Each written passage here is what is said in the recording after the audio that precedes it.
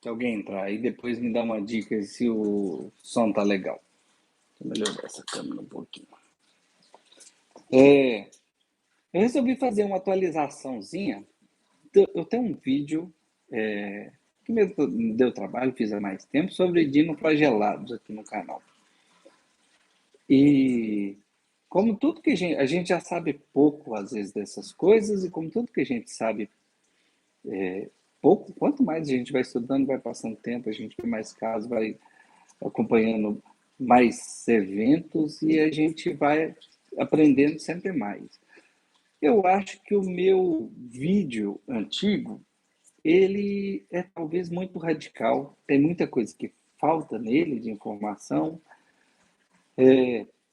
mas ele dá um apanhado legal para quem quiser ver em mais de um lugar sobre o assunto.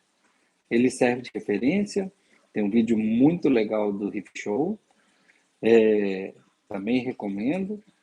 Mas dinoflagelado eu acho que é um assunto que a gente vem aprender a cada dia. E é um assunto do meu interesse de muito tempo. Então, eu vou colocar aqui, eventualmente, no chat, vocês desculpem, eu vou tentar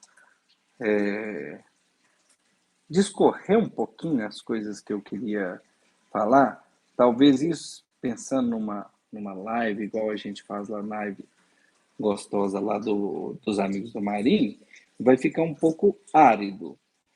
Mas eu acho que é a oportunidade de deixar algum vídeo. Eu pensei em fazer algum vídeo e deixar aqui editado. Mas falei, por que não? Fazer ao vivo.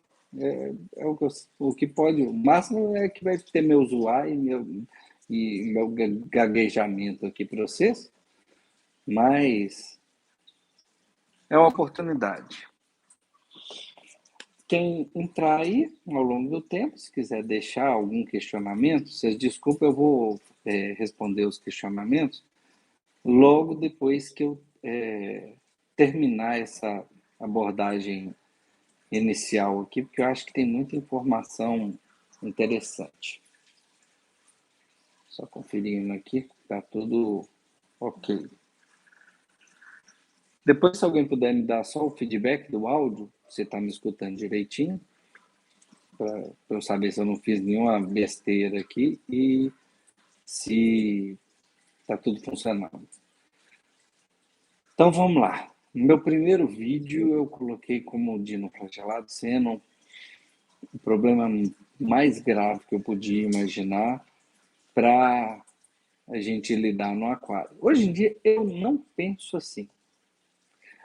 Eu não acho que é o problema mais grave, desde que ele não seja algo do tamanho que a gente chama de problema.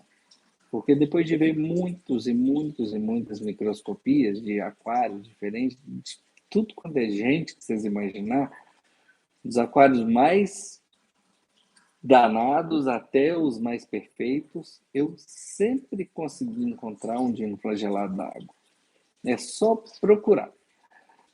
O problema é quando ele vira algo de proporção descontrolada.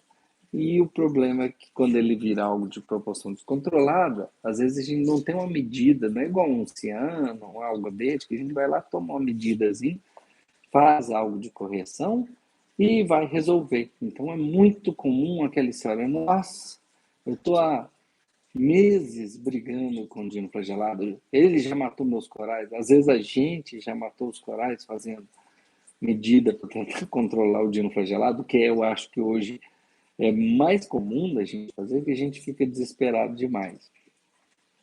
Então vou tentar reunir o que eu sei hoje de dino e fazendo ao vivo, vocês desculpem aqui, se eu me atropelar em alguma informação, sem querer falar alguma coisa errada e depois tiver que corrigir, resolvi enfrentar essa parada. Então, primeiro de tudo, vou só colocar, contextualizar o que são os dinoflagelados. Quando a gente pensa assim, a dinoflagelada é a pior praga, é um problema inimaginável. Na verdade, dinoflagelado como um todo É muita gente, é muito bicho. Os dinoflagelados, na verdade, são nossos melhores amigos, porque os simbiontes, que, que a gente tem hábito mais de chamar de zooxantela, são as células que fazem simbiose com os nossos corais e fornecem nutrição. Eles é que fazem a parte da fotossíntese dos corais. Os simbiontes são dinoflagelados. Eles são dinoflagelados do gênero Symbiodium. Existem muitos tipos. Ça va? Bonjour, mon ami. Je vais essayer de parler un petit peu de dinoflagellate en portugais. Après, j'essaie de faire une traduction en français dos amigos importados aí.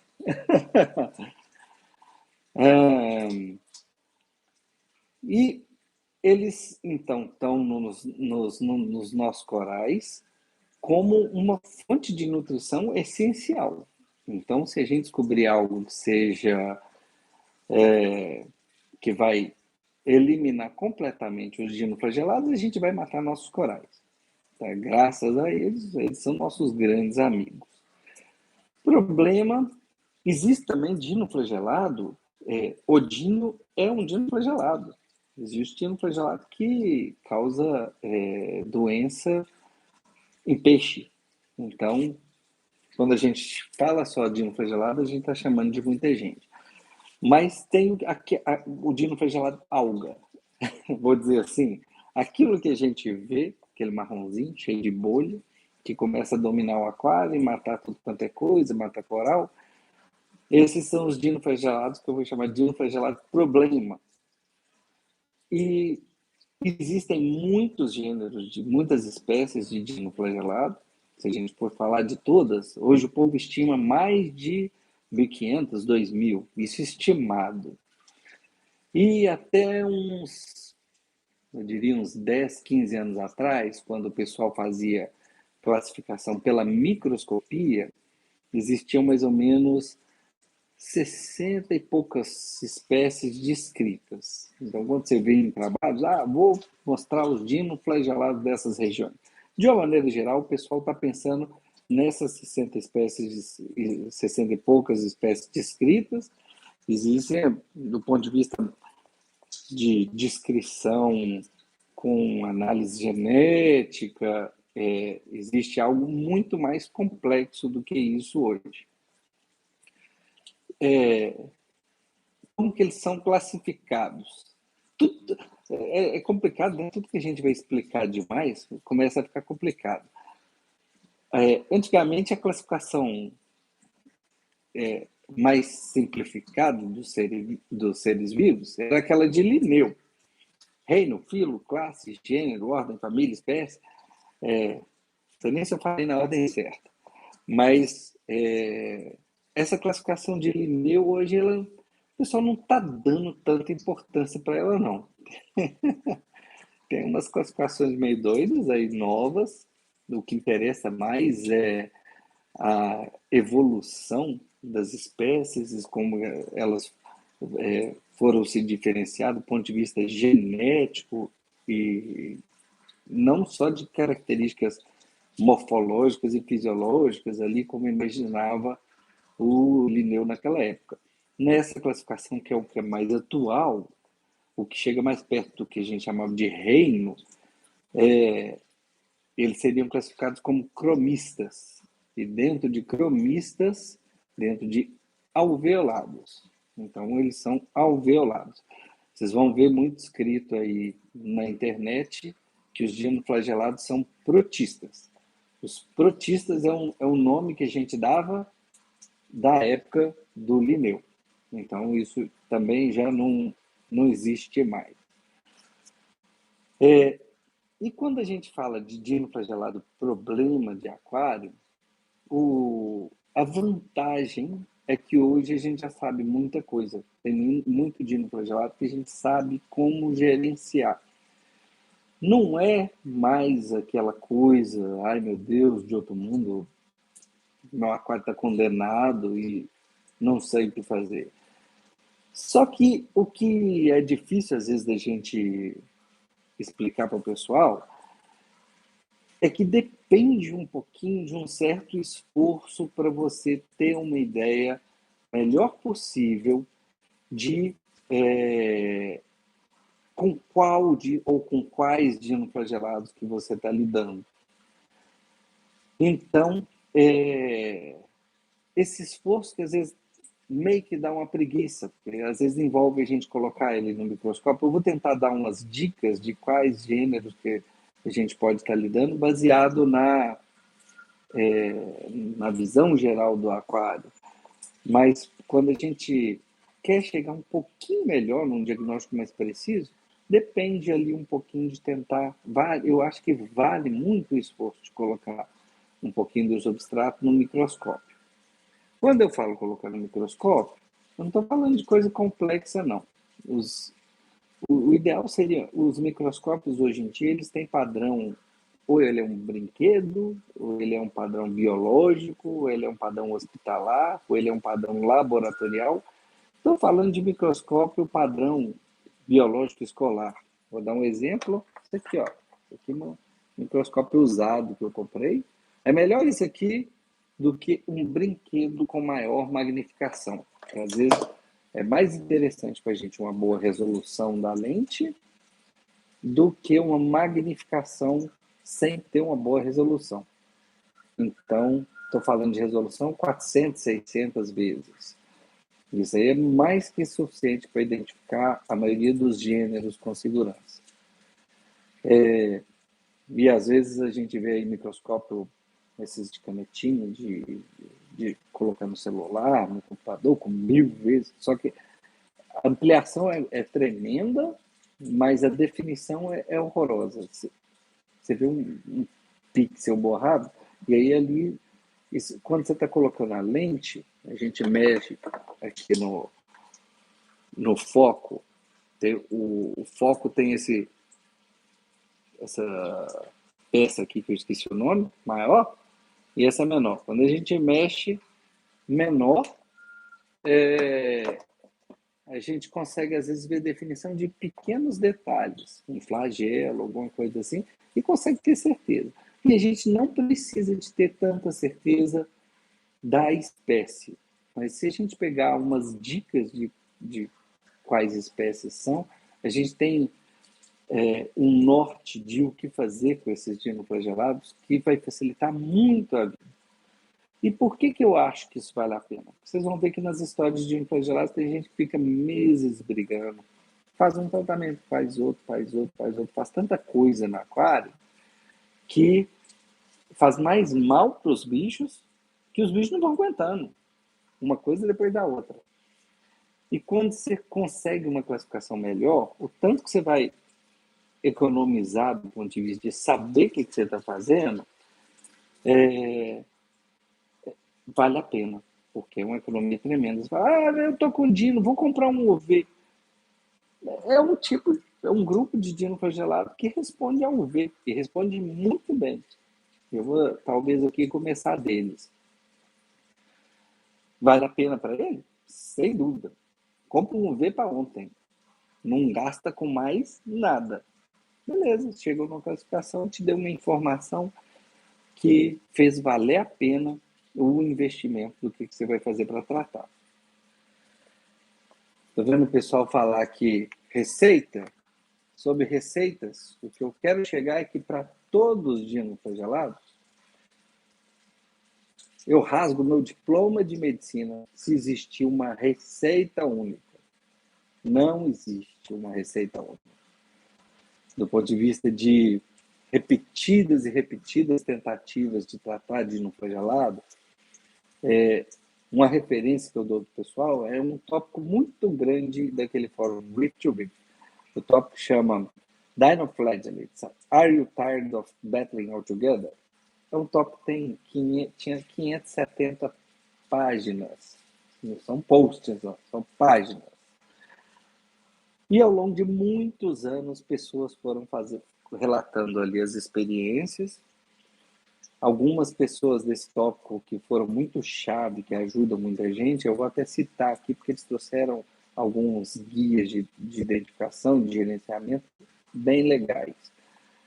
Então, ao longo de... Quando a pessoa fala, mas o meu eu resolvi assim. Aí eu falo assim, vai lá no post, vê um exemplo de quantas pessoas tentaram. Isso serve como, sei lá, um ensaio clínico para a gente. Quantas pessoas tiveram osteóptise e tentaram usar água oxigenada? Tem tanta gente que fez isso lá.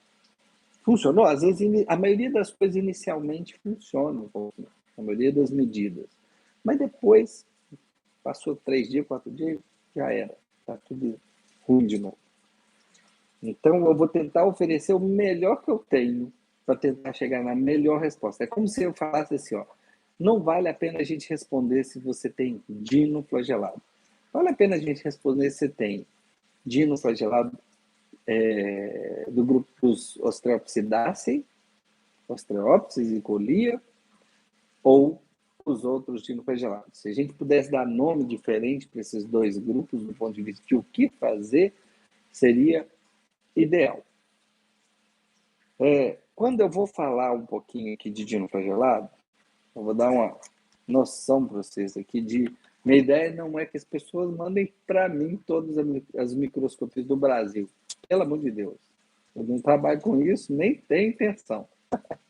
Mas se eu pudesse dar para vocês o que fazer para chegar perto dela, então vou deixar aqui nesse vídeo.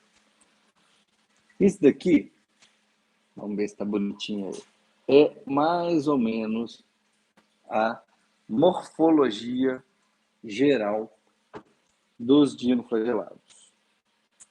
Eles têm uma forma armada e uma forma não armada. Estou falando da forma não armada, que é a que geralmente a gente vai usar para identificar no microscópio. Ele parece uma bola. Ele tem entre 50 e 70 micrômetros, mas isso não interessa. A gente acostuma a ver. Dependendo da espécie, tem uns pequenininhos, tem uns grandes. A gente acostuma a ver é uma bolinha que nada. E ele tem flagelos. Você vê que ele tem normalmente essa cruz aqui. Ó. Essa cruz é porque ele tem um símbolo, como se fosse um cinto, onde ele tem um flagelo transversal. E ele tem essa região aqui mais vertical, onde ele tem um flagelo longitudinal. Então, ele tem, não é um só flagelo, ele tem 2 grupos de flagelo, o transversal e o longitudinal.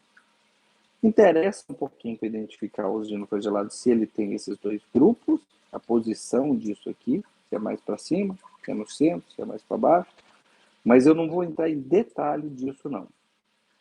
Ele tem uma estrutura que às vezes é saltada.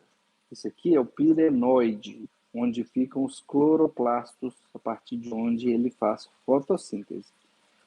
Tem alguns dinoflagelados, especificamente o prorocento, que eu vou falar um pouquinho do pirenoide nele, que ajuda às vezes a classificar. Então, a região apical aqui, eu vou falar um pouquinho dela também, chama epissomo, e a importância de saber um pouquinho da região apical é porque alguns dinoflagelados, como o anfidínio, por exemplo, quando você coloca no aumento um pouquinho maior, é fácil de ver, porque ele tem uma região, um epissomo saltado.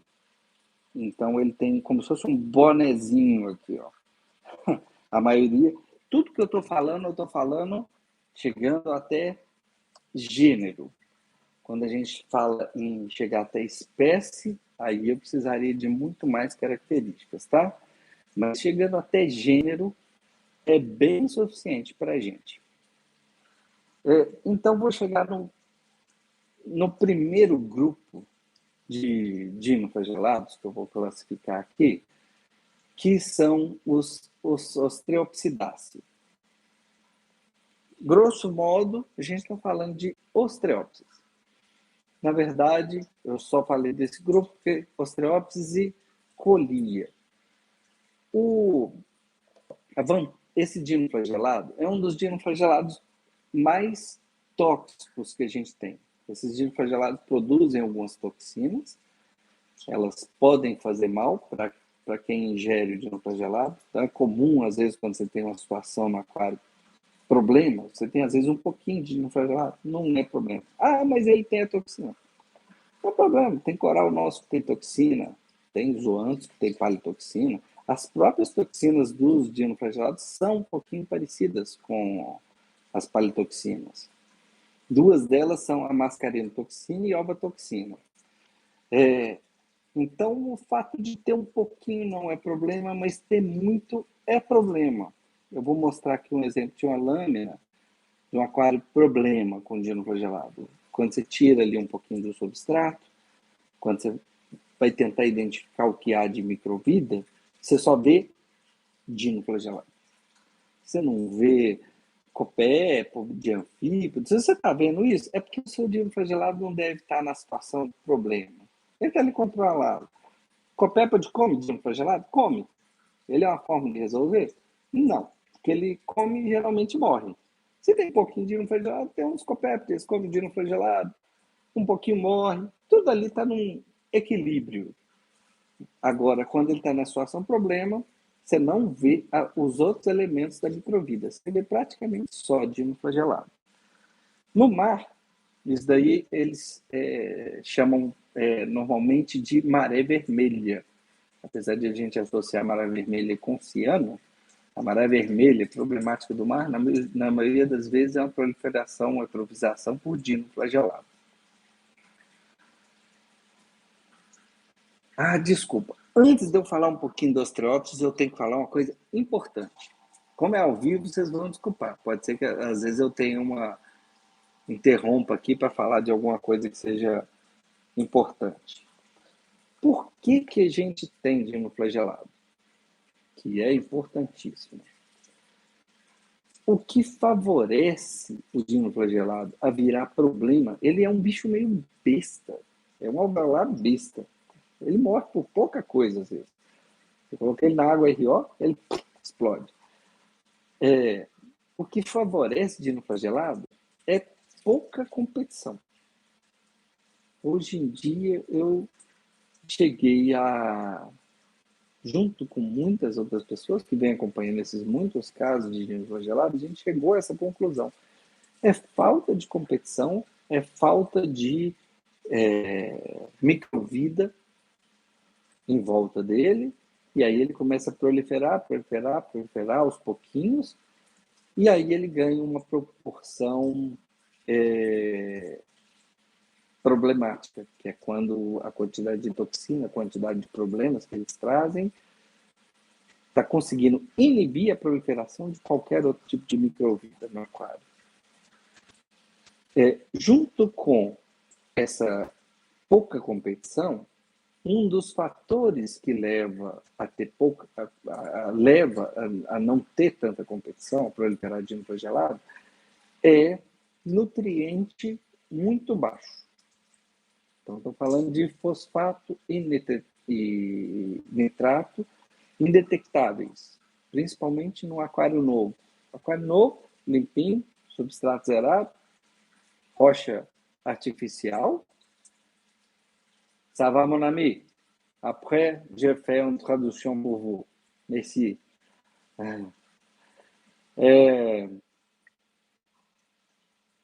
E aí, com essa pouca competição, eu nunca estou querendo dizer que o dinoflagelado gosta de não ter nutrientes. Ninguém gosta. Tem gente que fala, recente o Wade criticou isso no canal dele. Vocês estão falando que zero nutriente é o que causa esse problema? Não, gente. Não estou falando que pegar água destilada, onde você não tem nada, vai fazer proliferar alguma coisa. Porque todo mundo precisa de nutrientes. Eu preciso de nutrientes, vocês precisam, os corais precisam. Nosso aquário ele precisa de ficar limpinho com nutriente baixo. Mas ele precisa de nutrientes. E o dinoflagelado não é diferente. Do ponto de vista científico, em artigos, os dinoflagelados, eles se proliferam em situações de eutrofização, que é o contrário de baixo nutriente. Situação de eutrofização é excesso de nutriente, onde geralmente vai proliferar algum tipo de alga.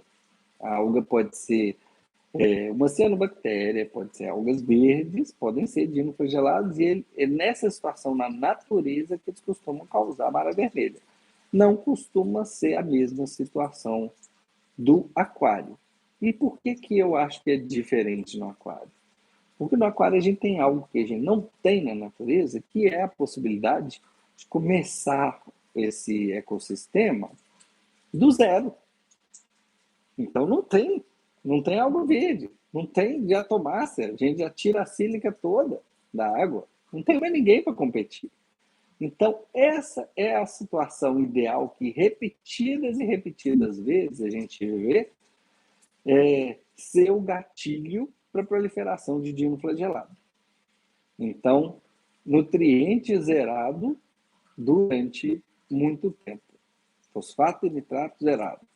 Tem exceção? Tem. Ah, mas meu caso é diferente, eu estava com o nitrato alto. Tá bom, tem exceção. Toda regra tem. Eu não estou querendo nem colocar isso como uma regra.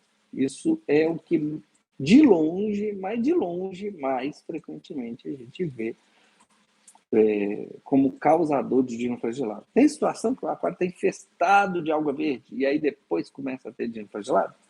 Com nutriente alto? Tem.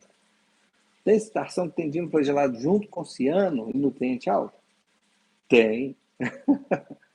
Mas o gatilho, na imensa maioria das vezes, é esse, e a dificuldade é, às vezes, justamente evitar esse gatilho. Tem aquário que é limpinho e o dinoflagelado não chega a virar problema? Tem. Tem aquário que é limpinho e não tem dinoflagelado?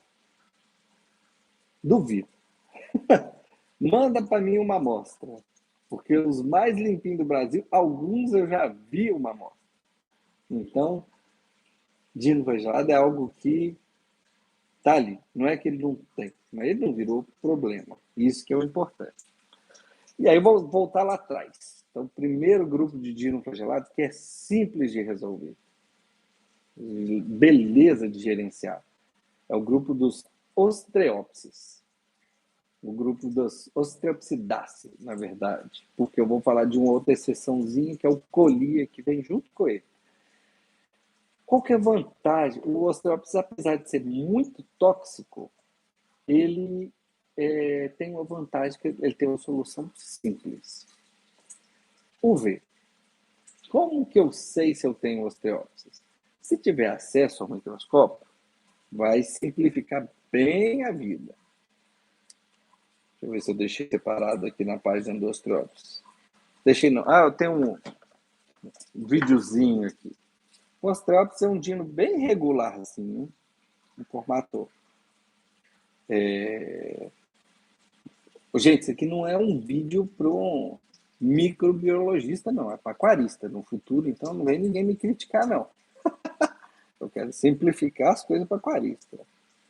O Ostreopsis, ele parece um barquinho. Uma bolinha no fundo, uma cabecinha redonda, uma cabecinha pontuda, simétrico, e ele tem um movimento muito sugestivo de que seja um Ostreopsis. Esse movimento é exclusivo de Ostreopsis? Não. Todo Ostreopsis vai ter esse movimento? Quase sempre que eu encontrei Ostreopsis, na situação problema, ele tinha esse tipo de movimento. É isso aqui, ó. Sabe quando a gente prega um prego no... Né? Aquele meme, assim, colocar um prego no pé e ficar rodando em cima do mesmo prego. Rodar em torno de si mesmo. Assim e assim, ó. De lado, como se estivesse rolando de lado no chão, ou como se estivesse dando cambalhota.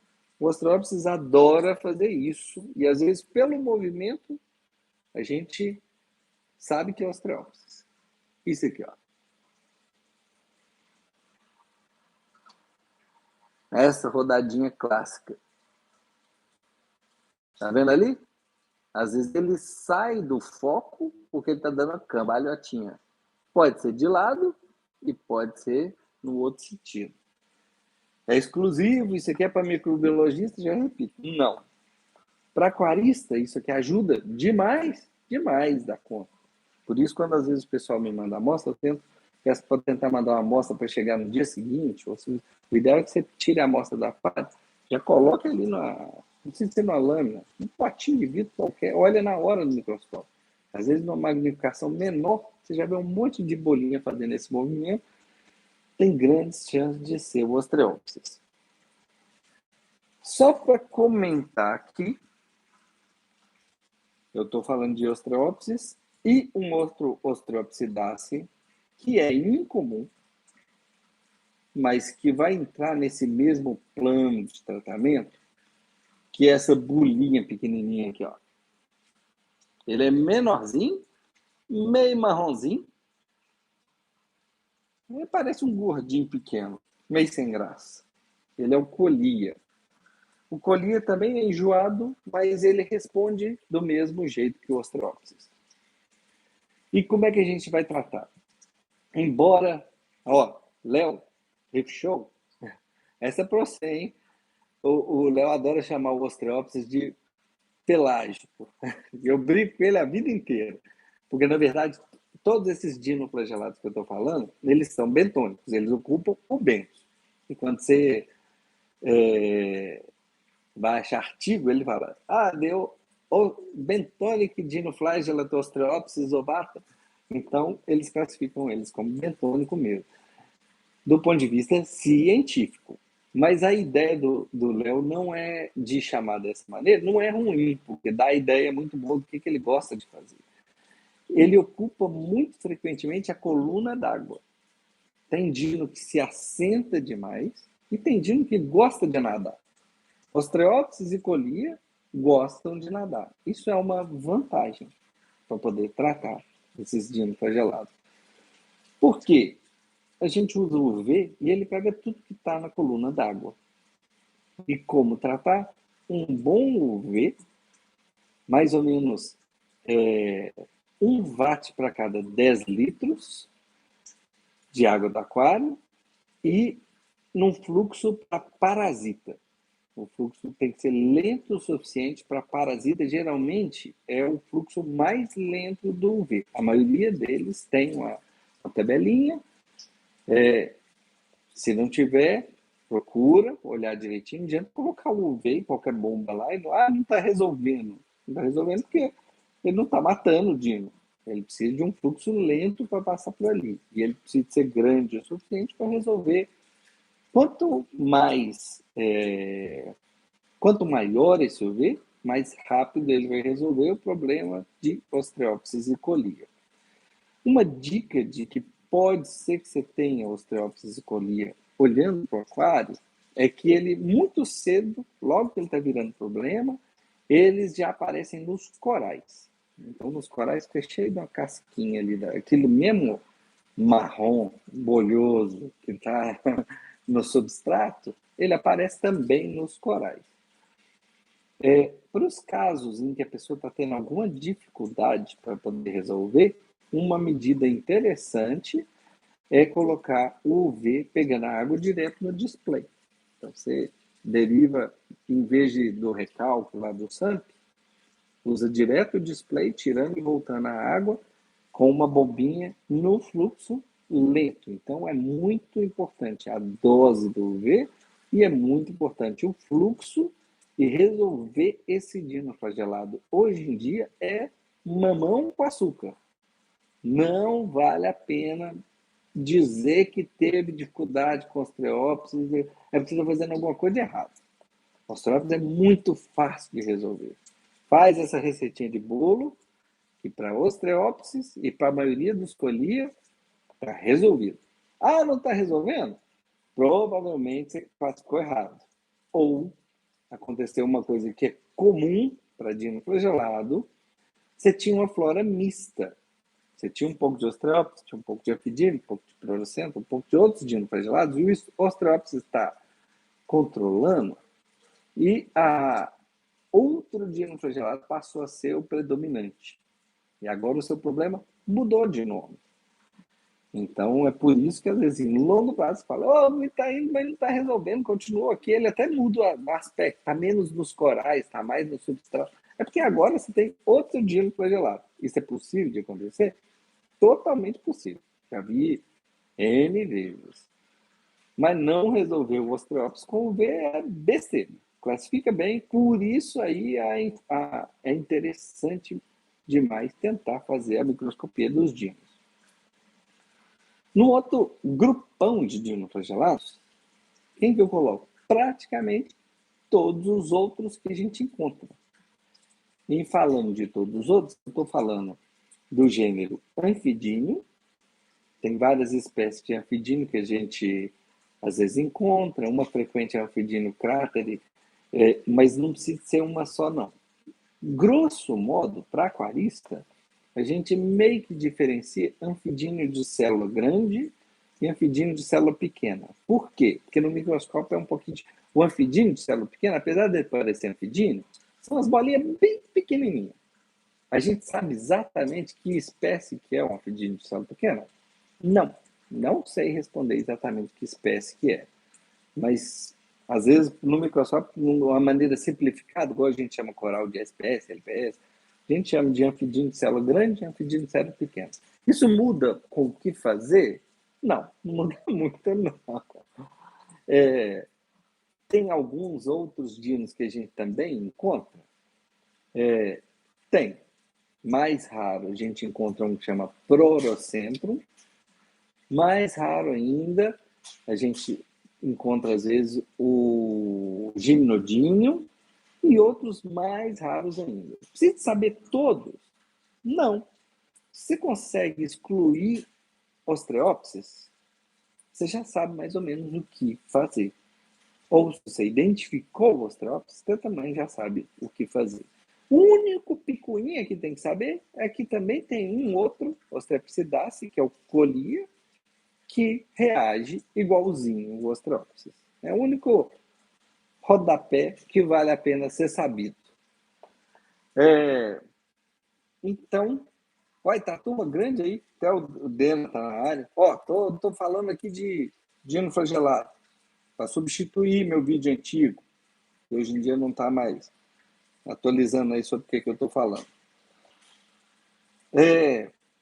Então, em todos esses outros dinoflagelados, o que fazer é um pouquinho parecido.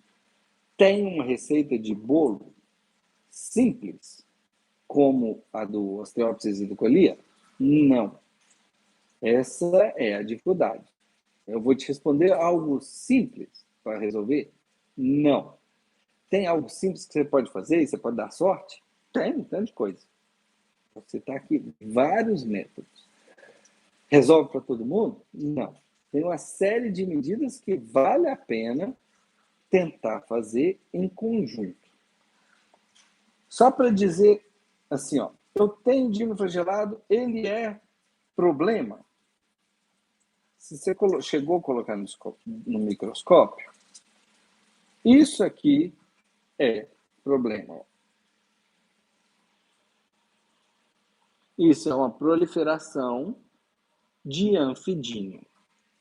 Uma característica microscópica do anfidínio, que eu acho que vale a pena eu colocar aqui nesse vídeo, você bate o olho e fala, esse aqui deve ser anfidínio. É que ele tem o epissomo saltado. O epissomo é a cabecinha do dinoflagelado. Ele é mais ou menos isso aqui, Aqui vários tipos, uma classificação mais antiga e uma classificação mais nova. E esse bonezinho aqui, é comum dos anfidíneos. Então, essa característica, às vezes, chama muita atenção. Você vê um dinoflagelado que não roda em torno de si mesmo, com bonezinho, ele deve ser anfidíneo.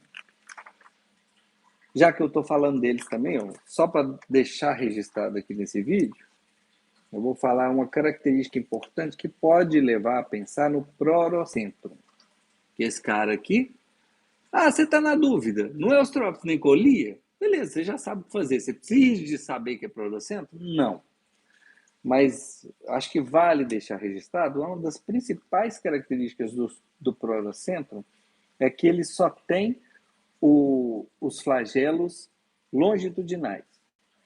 Naquele símbolo, no cinto, no meio dele, ele não tem o flagelo transversal. Ele é o único gênero de dinoflagelado que tem essa característica. E outras características são baseadas no epissomo dele também.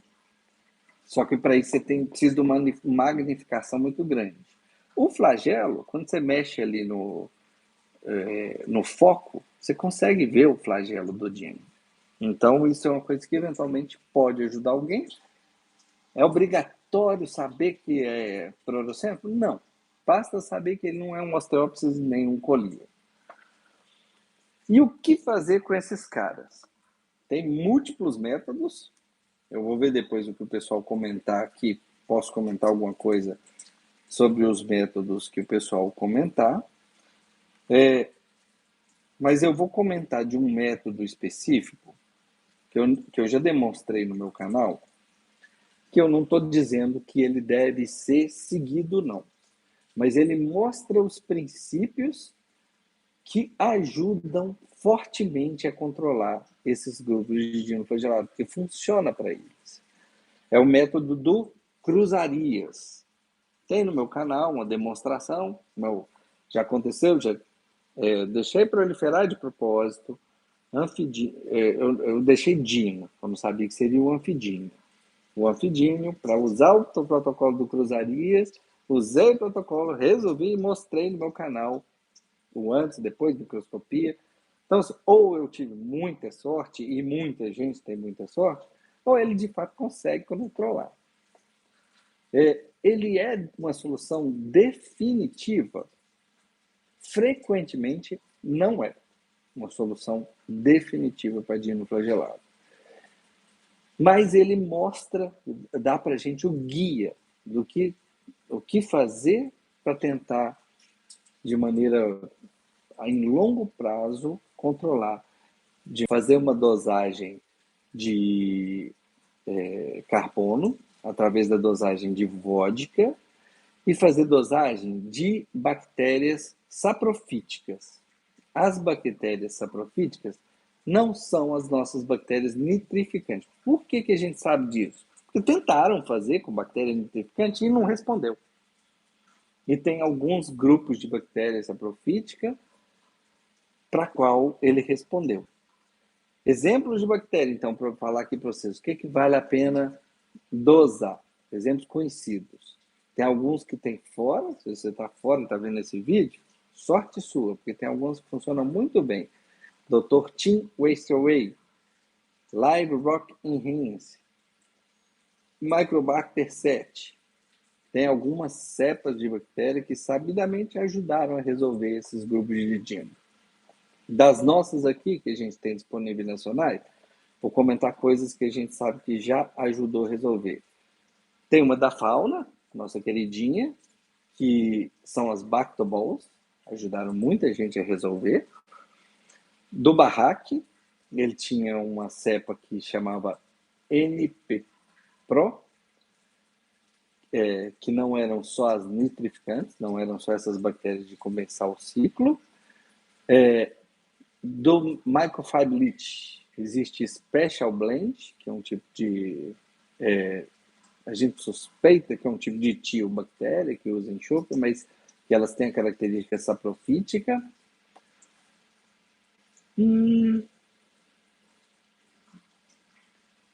E ao longo aqui eu vou tentando lembrar.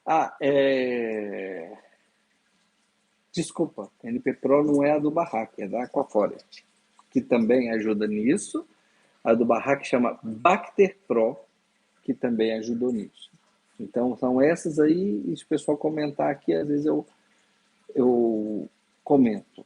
Eu mandei para o Cruz as especificações dessas bactérias para fazer essa tradução, para quem quisesse fazer o protocolo dele. E ele concordou meio que com os princípios do que fazer.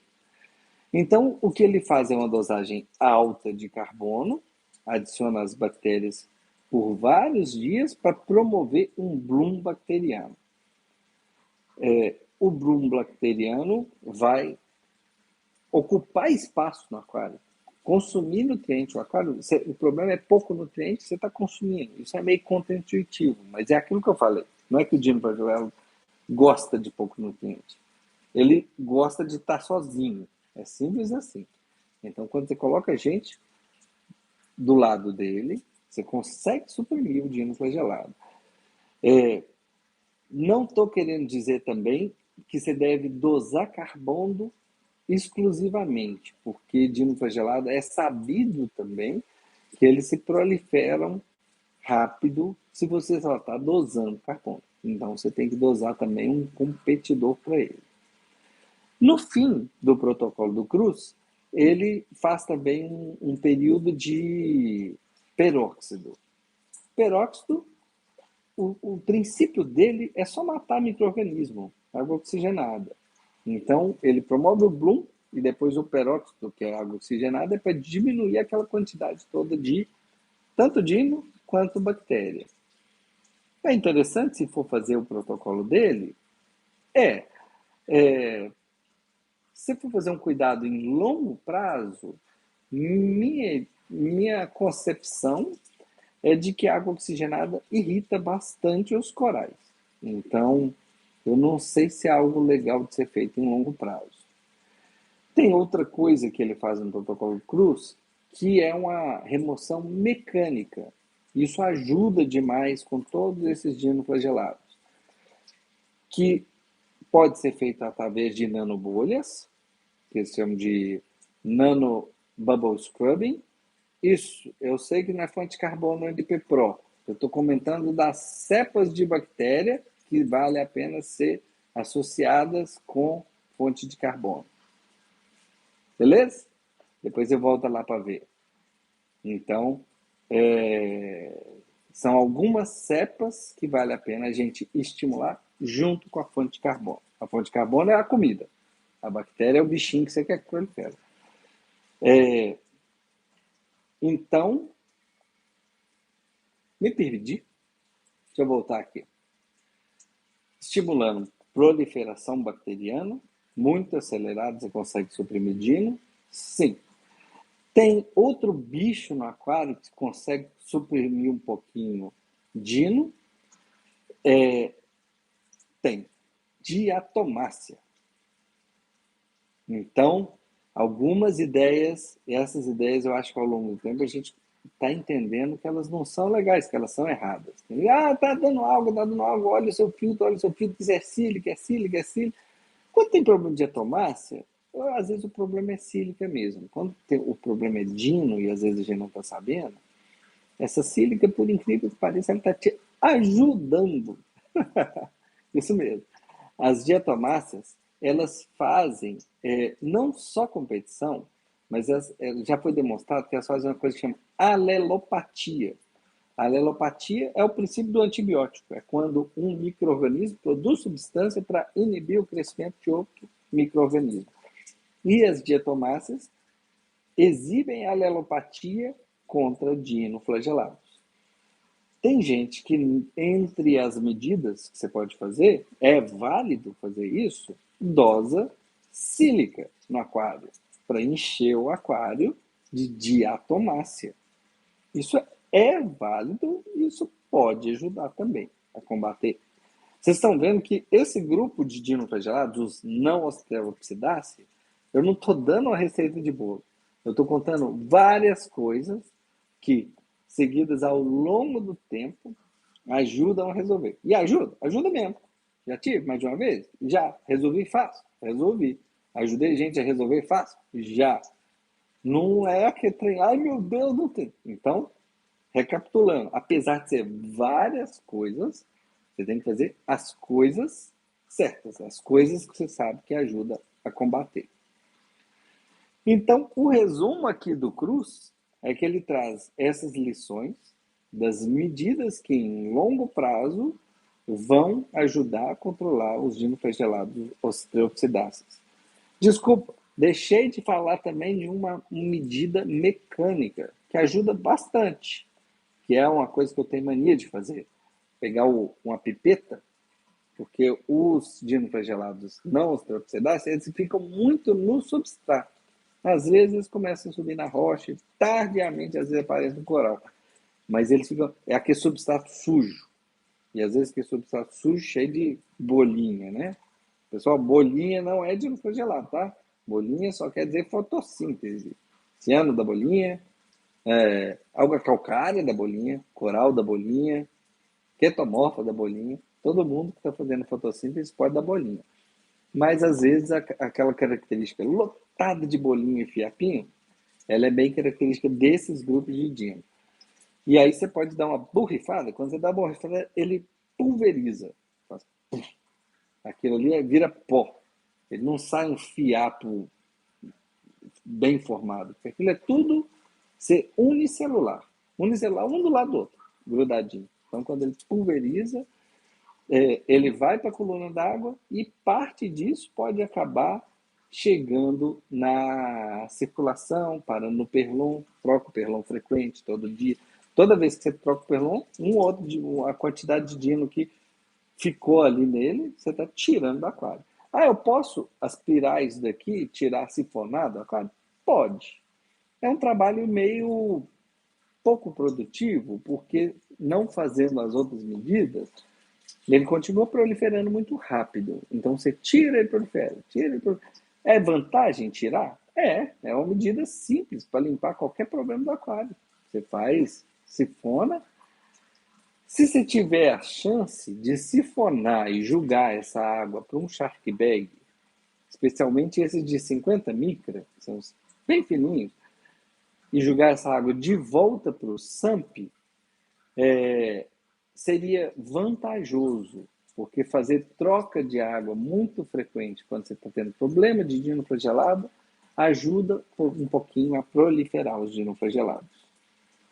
E agora eu vou falar um pouquinho das características das ideias. Sempre tem. Eu acho que eu vou chegar e vai estar cheio de comentário falando assim: Dino, resolve assim. Dino, isso é fácil, é isso. Desculpa, as ideias geniais, se elas fossem boas, não tinha 500 páginas num tópico do Hip to Hip. Porque tem muita gente boa lá para gerenciar isso aí. Então, vou falar um pouquinho das ideias geniais que não são boas. Encher de equipe de limpeza. Quando você tem equipe dinoflagelado naquele modo proliferação problema, a equipe de limpeza morre ao ingerir dinoflagelado. Então, encher de equipe de limpeza é botar paguro morto dentro do aquário. Ou turbo, ou quem seja. Exceto se você tem uma acelazinha, que é uma aminoa, que a gente chama de planária, ela come dinoflagelado, viu? Se você está com a minoa, não resolve ela, não. Resolve o dino primeiro. Ela é uma boa. Come e não morre. Mas a grande maioria come e morre. Então eu vou dosar fitoplâncton. Ou eu vou dosar copépode. É uma ideia legal que, do ponto de vista de teste, ela é ruim. Se você tem dinoflagellado de uma forma muito branda e coloca uma quantidade grande de copépode, pode ser até que resolva. Se você tem dinoflagellado de uma forma problema, 100% daqueles copépodes vão morrer. Isso tem artigo até científico mostrando. Tem artigo mostrando até com artêmia, mostrando a população de artêmia no meio onde tem proliferação de dinoflagellado, ela vai caindo absurdamente porque vai todo mundo morrendo. Come, mas morre. Então, nem o fito não exibe alelopatia, aquilo que eu falei que as diatomáceas fazem com os dinoflagelados. Então, o fitoplâncton não faz isso. Ele não compete, não ocupa lugar, não é boa ideia. Eu já testei, já. Outras pessoas testaram, já. Em dose alta, 2 frasquinhos diariamente. Ajuda? Não. Dosar água oxigenada, tem gente que, numa infestação muito branda, consegue controlar dosando água oxigenada no copo do skimmer. Porque a água oxigenada vai matar meio que uma boa parte daquela população geral da microbiota que está proliferando demais. Como é o dino que está proliferando demais, pode ser que ajude. Eu coloco como uma medida que eu faria hoje em dia? Não, pouco provável. Iluminação. Eu não gosto muito da ideia de ficar gerenciando iluminação com dino flagelado, porque você vai mexer numa configuração que vai afetar todo o aquário e mais tarde é, você vai voltar com a luz para os corais e o dino flagelado vai voltar.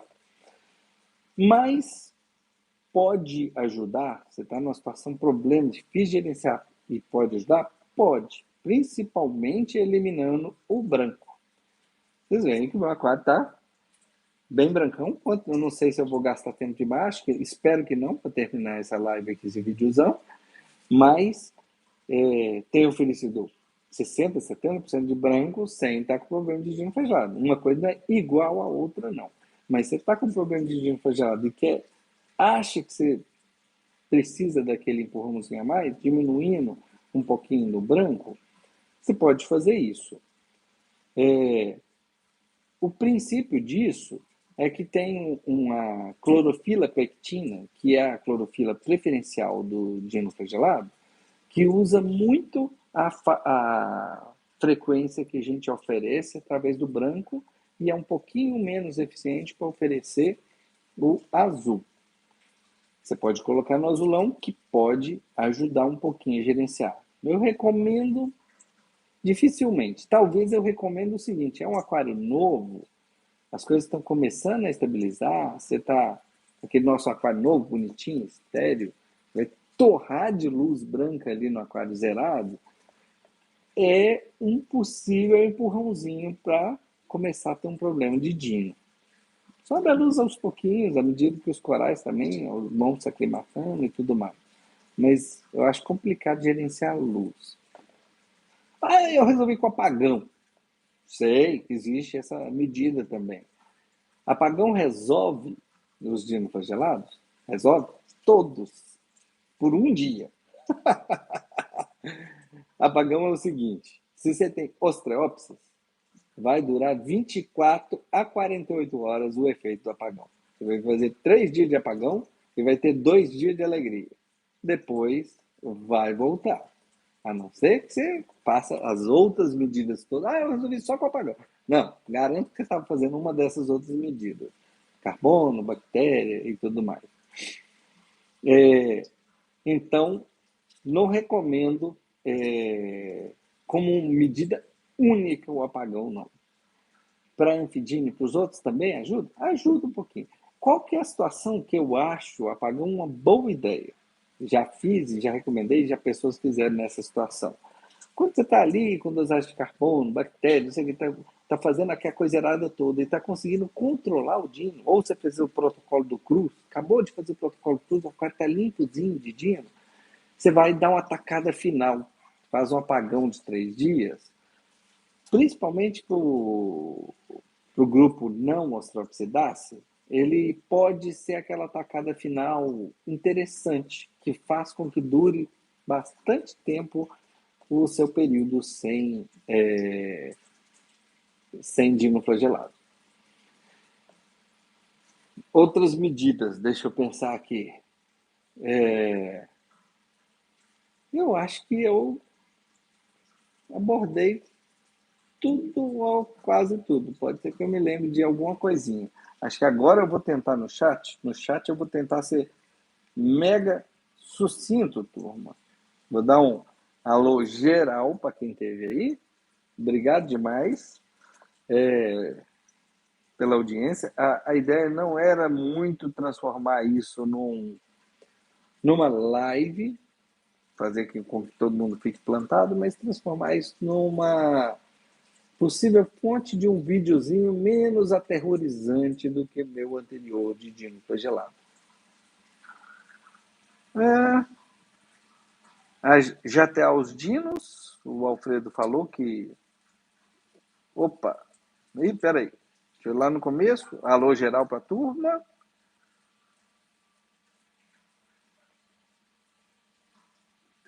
Chegou aí nosso amigo francês. Depois eu faço uma tradução em francês aí do videozinho. Nossa, vai dar trabalho isso.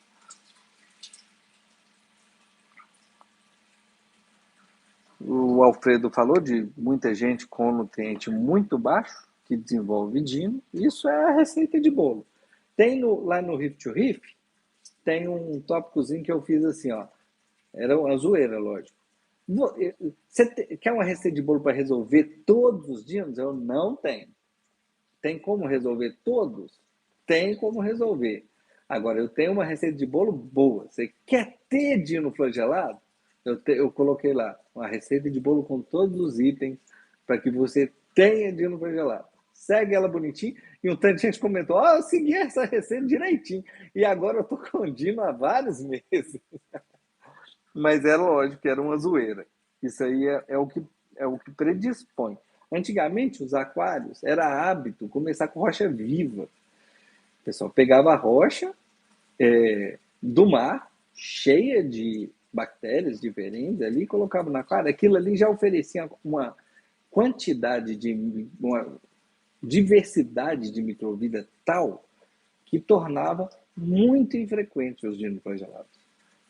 É uma hipótese. A outra hipótese é poucas pessoas naquela época colocaram o substrato no microscópio e acharam que em algum momento tinha diatomácea, quando tinha dino. Mas realmente esses aquários problema de dino não eram frequentes. Eles parecem ser um resultado do nosso mundo limpinho de hoje. Cada aquário é um caso, porque tem um bioma. Se dosa fonte de carbono, eles aparecem. Então, Alfredo, isso aí é o que eu comentei sobre fonte de carbono. Lembra que eu comentei lá atrás? Eu não recomendo fonte de carbono para resolver o dino flagelado. A fonte de carbono, ela vale a pena quando ela é concomitante com uma dosagem e alta de bactérias saprofíticas. O dino vai usar a fonte de carbono? Vai. Garantido. Então, se você dosar só fonte de carbono, é uma má ideia. Um comentário interessante aqui. A turma me zoa, porque eu tenho mania de comentar as relações estequiométricas de nitrato e fosfato, vulgo chamado no aquarismo de Redfield. Não recomendo ver de Redfield, não, gente. Mas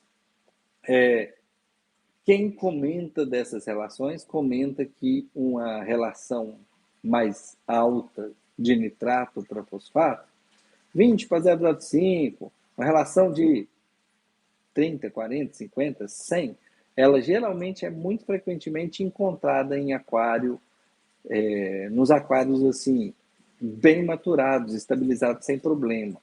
Isso é uma coisa que foi observada. Porém, o dinoflagelado está no grupo dos micro-organismos que se beneficiam dessa razão de Redfield, que o pessoal chama de favorável. Então deixa eu ver meu aquário, deixa eu consertar meu aquário todo. Aquela ideia também, então. Dinoflagelado, o problema é porque tem algo de errado com o meu aquário. Deixa eu fazer ICT, descobrir algum íon, não sei o quê. Tem até alguns íons que fazem dinoflagelado proliferar também. Por exemplo, quando estou usando ferro. Ferro é demonstrado até cientificamente que faz dinoflagelado proliferar. Mas chegou à conclusão de você estar com fosfato alto demais e o nitrato baixo não está na razão de Redfield ou na razão estequiométrica adequada. Então vou consertar. Com dinoflagelado, aí eu te conto. Péssima ideia.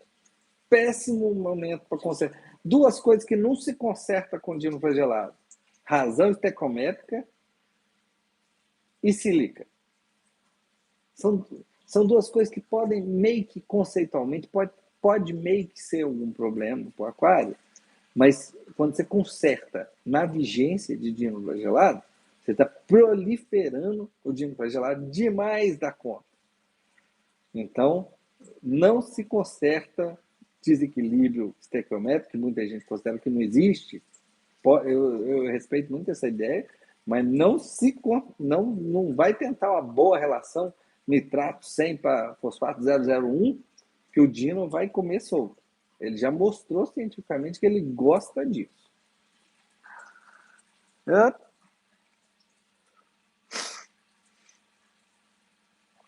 Fez 3 vídeos em uma semana só, Denadai. Eu vi. Agora você é mó Zé Poteiro. Fica me zoando e é o Zé Poteiro oficial. Vai gostar, hein? Mas não deixa da M, não. Depois vai falar que sou eu.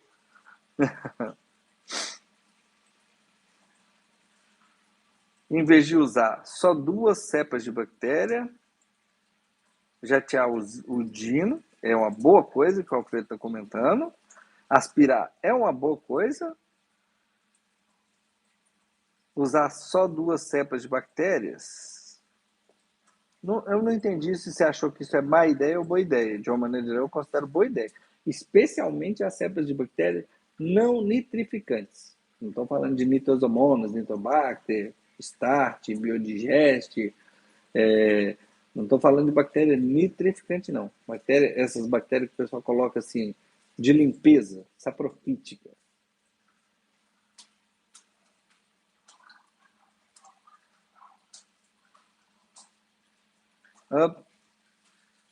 Eduardo, mas tem um belo aquário.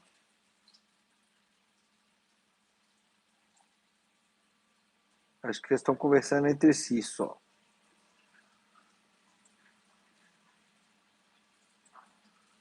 Alivia soprar? Sim.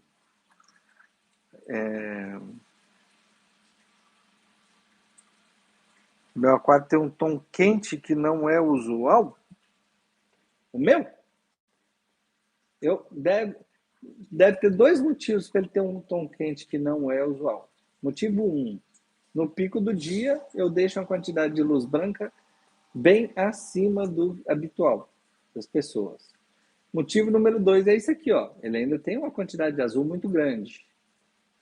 Eu estou usando um filtro. A tom quente é isso aqui, ó. Não escondo de ninguém. Eu uso um filtro para tirar um pouquinho desse azulão.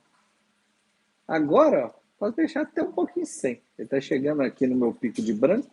Vamos deixar sem para ele não ter o tom quente. Ah, não. Acho que você está falando do aquário do Alfredo, né? Que usa todos os canais a 100%. Abração, Abílio. Abração, Denadai. Abração, Jeff. Jeff deu aqui um feedback.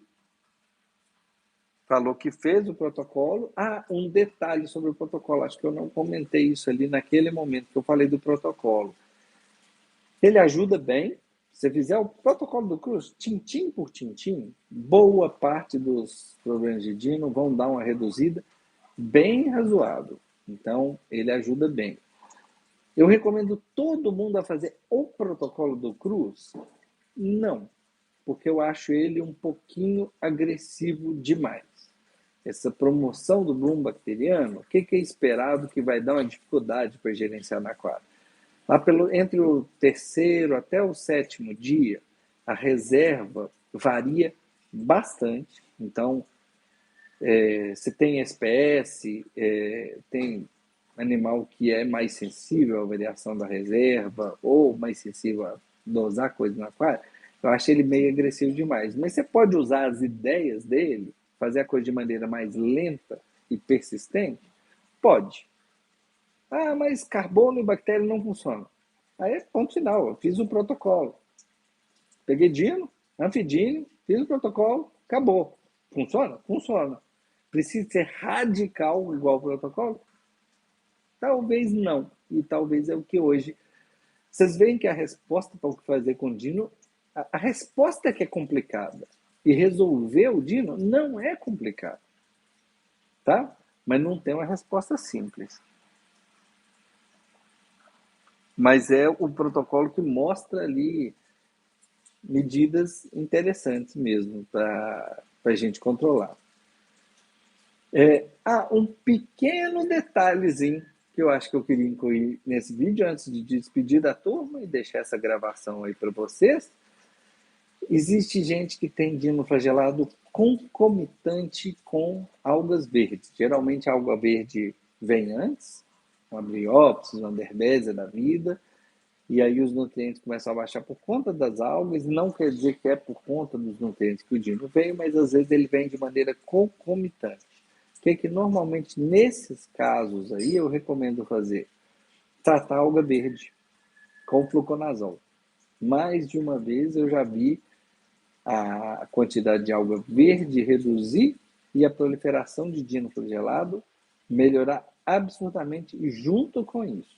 Então, e é lógico que depois você vai ter que controlar no tempo, que essas algas vão ficar tudo esse fosfato na água. É isso. Controlar sem manter zerado. Mas é uma situação particular também. Então, isso aí. Ó, turma, espero que esse vídeo foi meio avacalhado aqui, sem corte, sem edição, sem nada, eu falando aqui o que eu sei.